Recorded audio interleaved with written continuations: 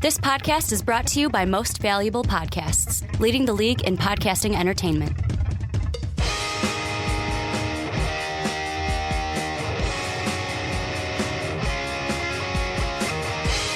Hello, football fans, and welcome to the Onside Kick. My name is Ricky Widmer, and as always, I'm joined by the Mark Weber. Dub them East. And Mark, it's nice having you in the studio this week. I feel like every week you switch off between saying that and your other thing about the MVP hotline. Yeah, the MVP hot. Well, we had you on it. What was it, 2 weeks ago? Then you were in studio, and then last second, you're like, you know what? I can't remember what you said you were doing, but you're like, you know what? Working. I think I gotta call in this week, and I went, why can't you live 5 minutes from the studio like I do? Yeah, it's a drive. I drove. You know what, Ricky? You drove a lot. 2.5 hours. No, 3.5 hours to get here today. So you should be proud of me. When you said you were in Springfield for the day, the state capital of Illinois, I was like, hey, you know what? Doing work. Maybe we're gonna be on the phone again this week. Doing work and working hard. Working hard or hardly working. That's what I always say. But we got a jam-packed show for you guys this week. Going to be talking Ezekiel Elliott. Could he be the next Adrian Peterson? We're also going to be talking about whether the Chiefs should trade Jamal Charles. I know it's an off-season topic.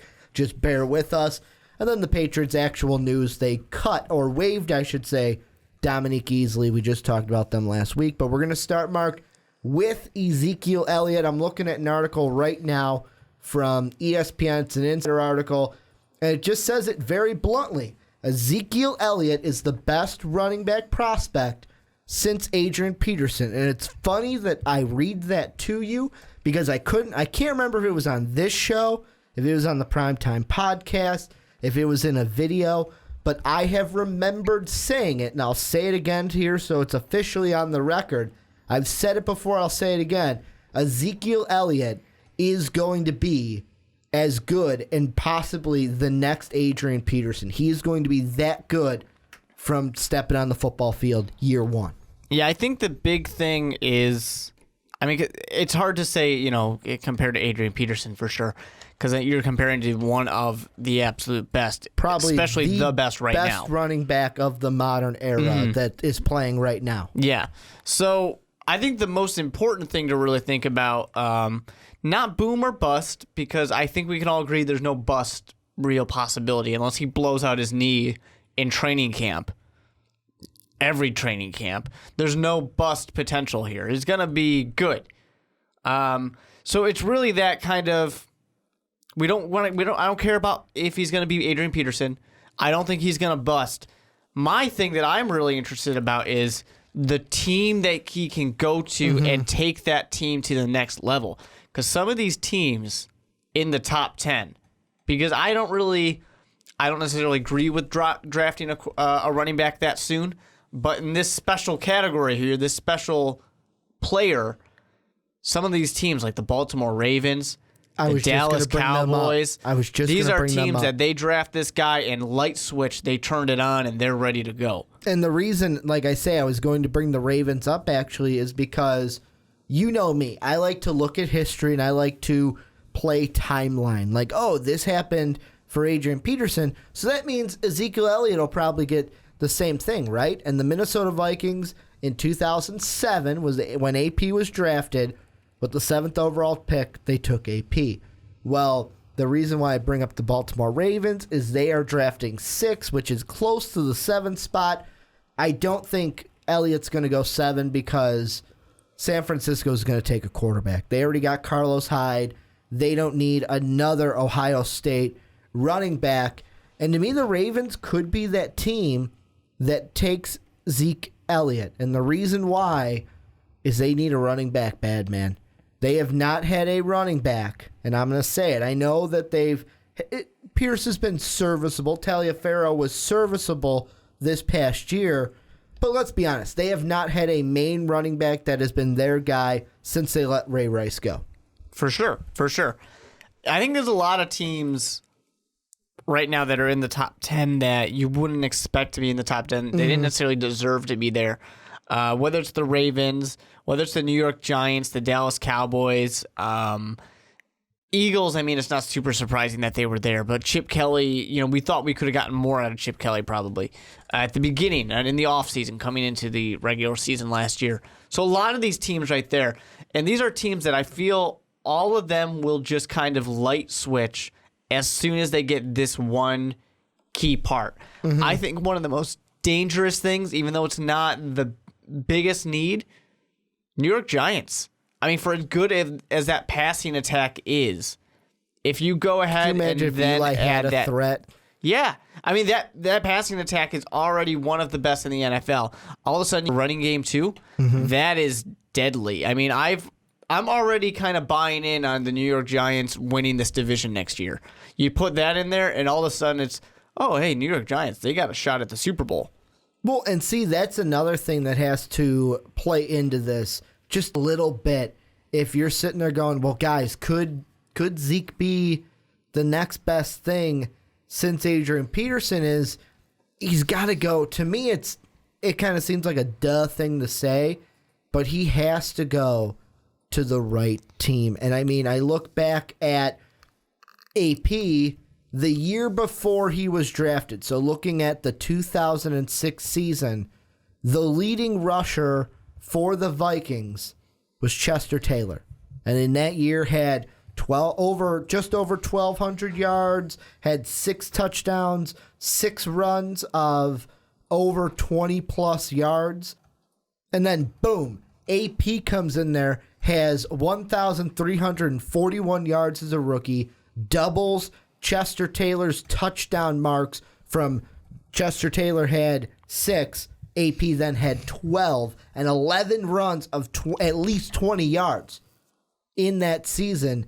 I think Zeke, he's got to hit the right team, and he can do that if it's a team like the Ravens, like the Giants, teams that, I mean, last year we were looking at them going, yeah, they don't have a run game that strikes the fear of God in you. And you're talking about striking the fear of God in your opposing team.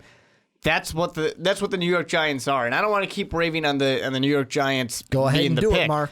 But I think if any, I don't know. I just think that's the dream situation there. If he can somehow get to number 10, which I don't know if that's going to happen because I don't know if the Baltimore Ravens pass him up. Dallas Cowboys even have a serious discussion before passing him up. Eagles too. I think it's worth having the discussion. But yeah, I just think that's such a perfect situation there. The one thing I like about the Dallas Cowboys, for example, yes, it's not a big need. They were a good rushing attack. It was the passing attack last year with all the injuries that was not happening. McFadden definitely is a great. He's a great kind of fill-in guy. He's doing more than just filling in, but. I don't know. You get that kind of, I mean, we don't say franchise guy when we're not talking about quarterbacks, but you get that one kind of centerpiece who's going to be there for years. Like AP. Yeah, exactly. I think that's great, especially after just losing one and saying anybody can run behind our offensive line and then having to be proven that, yeah, that's not exactly true. This would be a perfect way to bounce back and say, yeah, you know what? We realized we made a mistake. We chose Dez Bryant, and we're glad to have Dez Bryant. We're not upset about that, but we wish we had both. We wish we were able to keep both. Now we have Ezekiel Elliott. All is forgotten. All is forgiven.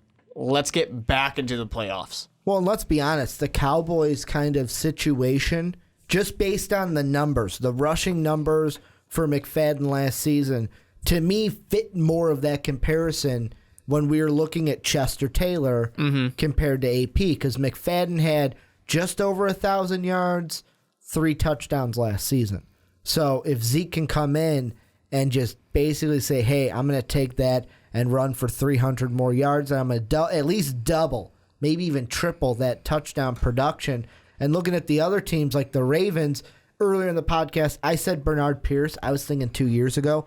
I know somebody in the comments has already roasted me for it, but I'm going to correct myself. I meant to say Justin Forsett and Lorenzo Taliaferro last year for the Ravens, and I completely forgot about Javarius Allen, who kind of came on the scene and was like a 1-week fantasy kind of boomer. But, I mean, just looking at Forsett, led the team with 641 yards, which as a starting running back, you're like, okay, well, that's not that good for a starting running back, and 2 touchdowns. And then we had Rashad Jennings and kind of Shane Vereen for the Giants, so they were kind of doing a committee, but 863 yards for Jennings and 3 touchdowns.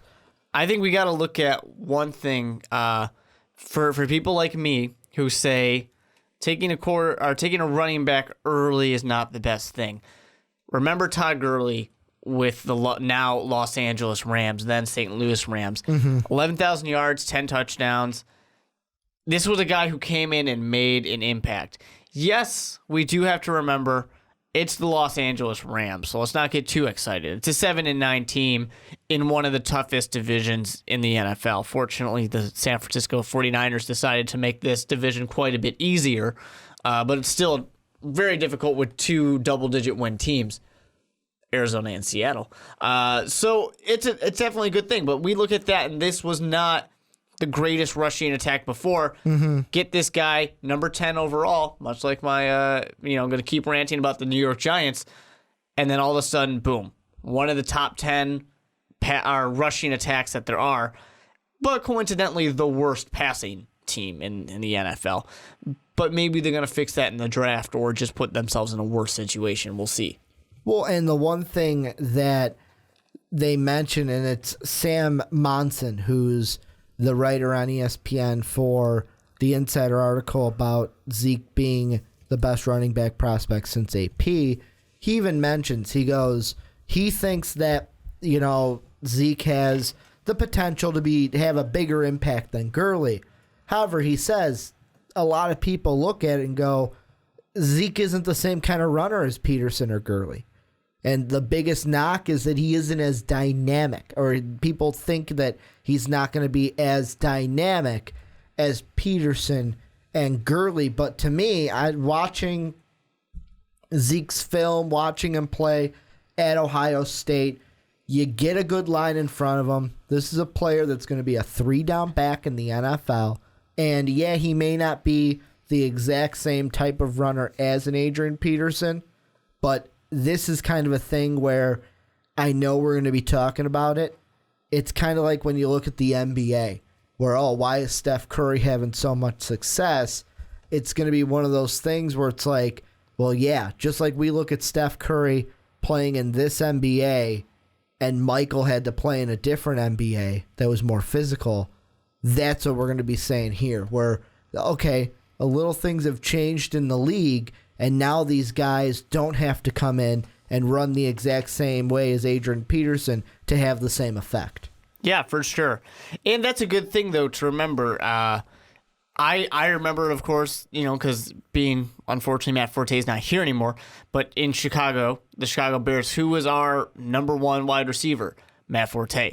And Ezekiel Elliott is a great option to catch the ball and then run with it. So he's going to be great with that. He's good at getting yards after contact. He's not going to be the player to give up, which is nice. And I think that's what any of these teams, when you're a team that's lower down, you need someone like that, someone to kind of revitalize the team and show that you don't give up. And all these teams, we talk about the New York Giants having one of the best passing teams in the NFL. Baltimore Ravens, they got Mark Trestman. That team likes to throw the ball. And then, of course, the Philadelphia Eagles. We'll see what happens with them when it comes to passing the ball. But these are all teams that would love to do that, and that will just help more, not only with play action, as always, not only with making the defense not just do one thing, they got to guard both, but to then be able to pass to your running back and then have him go do that, it's going to be great. I mean, I think, sure. Well, actually, you know what? I would say for Ezekiel Elliott, he's actually in a good position because the teams that are at the bottom here that are just playing bad and you don't want to be at, none of them need a running back. The Titans aren't going to draft one. The Cleveland Browns aren't going to draft one. Chargers won't draft one. Jacksonville Jaguars, most likely not going to draft one. Possible, but it's not going to happen. The Buccaneers won't do it either. The Jaguars, they have running backs. They don't need a running back. To me, I feel like those teams, it's like we know that the Titans are either going to go Lunsell or Tunsil. I kind of put the first name and the second name He can be together, Lunsell from now on. It's but okay. instead of El Tunsil, he's Lunsell or Ramsey. And those other teams, Jacksonville being one of them, Jacksonville's going to go more defensive in my mind in this draft. And they don't really need that running back because they got TJ Yeldon. They signed Chris Ivory. They have Shoelace Robinson in the backfield. So, I mean, they've got, to me, a committee of guys where they don't have to look at Zeke. And the one thing I am going to do, because I have framed from it and I pulled it up, so, I mean, if I pulled it up, I might as well say it, is if you look at the stats, Zeke ran for 3,961 yards in his 3-year career at Ohio State, 43 touchdowns, 58 receptions for 449 yards. You look at AP, 4,041 yards, had 41 touchdowns, 24 receptions, 198 receiving yards. So in college, it looked Zeke, he's had more. He's had more chances to catch the ball out of the backfield than AP did. The main difference is AP had more total yards. You look at the average, 6.7 for Zeke, only 5.4 for AP coming out of college. And Zeke also had more touchdowns than AP coming out of college. And one thing you got to like about Ezekiel Elliott, too, is just the fact that when did we all learn his name? When it mattered most. The college football playoff 2 years ago. Exactly. When it was time to win and time to go and get yourself that championship. This is when the man came on. That's when it all came together. And that's what you like to see. You know, you want to see a guy who has that success. Not that it matters the most, but you like a guy who has been at the top, one of the top tier programs, who's done one of the best. You know, he did the best you can do in college football. Against one of the college football teams that year after year, I mean, they won it this past year and they win it a lot. They always do. Alabama. He did that against Alabama. Yeah. And then was able to dethrone the Marcus Mariota-led Oregon Ducks, where Dennis Green would have been standing on the sideline going, you want to crown their asses, because everyone thought Oregon was going to win that game. Exactly. So, I mean, you like seeing the guy that when the lights get bright, when it's a big moment, he's not going to mess it up. What lights are brighter than New York, baby? Maybe Chicago, but that's because I'm biased, but New York has some pretty bright lights. If he's there at 11 and the Chicago Bears take him, I'm not upset.